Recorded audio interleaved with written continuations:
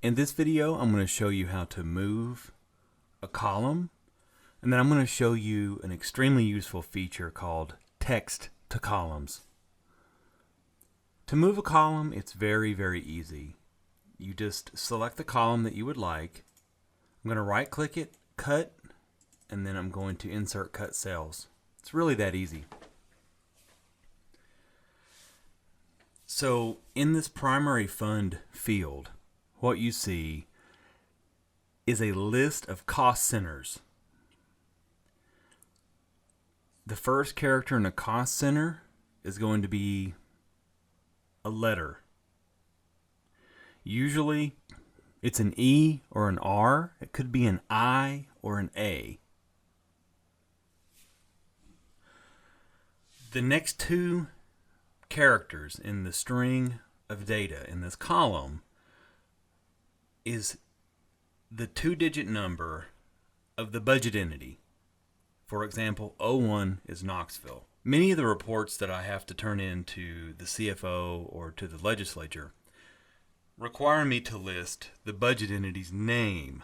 So I have to manually create that. If you're not familiar with text to columns, your initial impulse may be sort them by budget entity, for example, like this.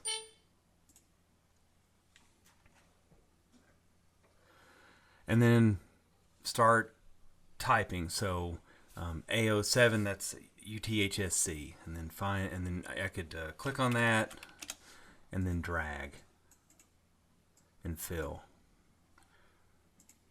Or E01 is Knoxville, and I could drag and fill, and you could see it could. This is going to take a long time. This would probably take about an hour or so. We don't have to do that. So what I'm going to show you how to do is text to columns. First, I'm going to create some space here because text to columns will overwrite whatever is in the columns. The reason why I'm doing this will make more sense after I actually show you the text to columns, but take my word for it, you do want to make some space here. So I'm going to insert, and that's going to insert 3 columns and push those 3 columns that I had selected over to the right by 3. I'm then going to select the primary fund field. I'm going to copy it, and I'm going to insert it. Next, I'm going to highlight the primary fund field.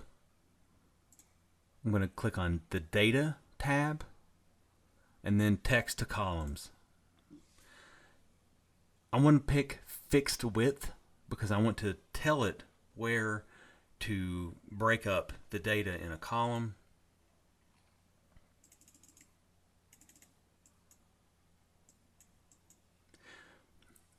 So I had to scroll down because the first 22 entries here are blank, but I'm just going to isolate the second and third characters in this column, which is going to be the budget entity number.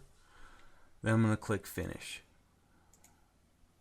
So you see what it's done is it saved the first character in the column, and it separated that out from the next character in the column. From the next 2 characters in the column, it's removed the preceding 0. We don't have to worry about that. That's okay. And then the third column that it's created are everything after the first 2 digits. I don't need this blank field here or everything after the budget entity, and I don't need the preceding letter of the budget entity's cost center. So now we've isolated all of the budget entity numbers. So what I'm going to do is just simply rename this field BE for budget entity so I remember what it is. Since all of these 85 contracts here are in draft or discarded, I'm not going to need to use them. So I'm going to right click and then delete. Now I can sort by budget entity number. I'm going to click on sort and filter and then sort smallest to largest. And it's going to sort all the ones. And we'll scroll down pretty quickly and you'll see that the R ones are going to be sorted as a 1. And if we tried to sort on the cost center column with the E or the R in front, it would have sorted all the EO ones first, and then RO ones would have been at the bottom after all of the E's. So text to columns is an extremely useful feature. I use it all the time. And I'm going to scroll down here really quickly.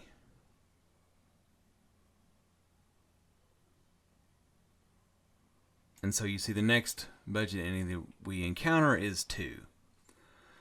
So I don't have to type in Knoxville and then click and drag all the way down to fill in Knoxville over the 1. So what I'm going to do is highlight the column, click on Find and Select, and then I'm going to click on Replace. It's very important to click on Options, and then I'm going to click on Find What, and that's going to be 1, replace with Knoxville. Note that there are budget entities that include a 1 that are not Knoxville, such as budget entity 11, 12, 13, 14, 15, 17, and 18. We don't want to replace those with Knoxville, so I'm going to say match entire cell contents. Replace all. I can do the same here with the Space Institute. And so forth until I did that for every single budget entity that's included in this spreadsheet. I hope that you found this video helpful. Thanks for watching.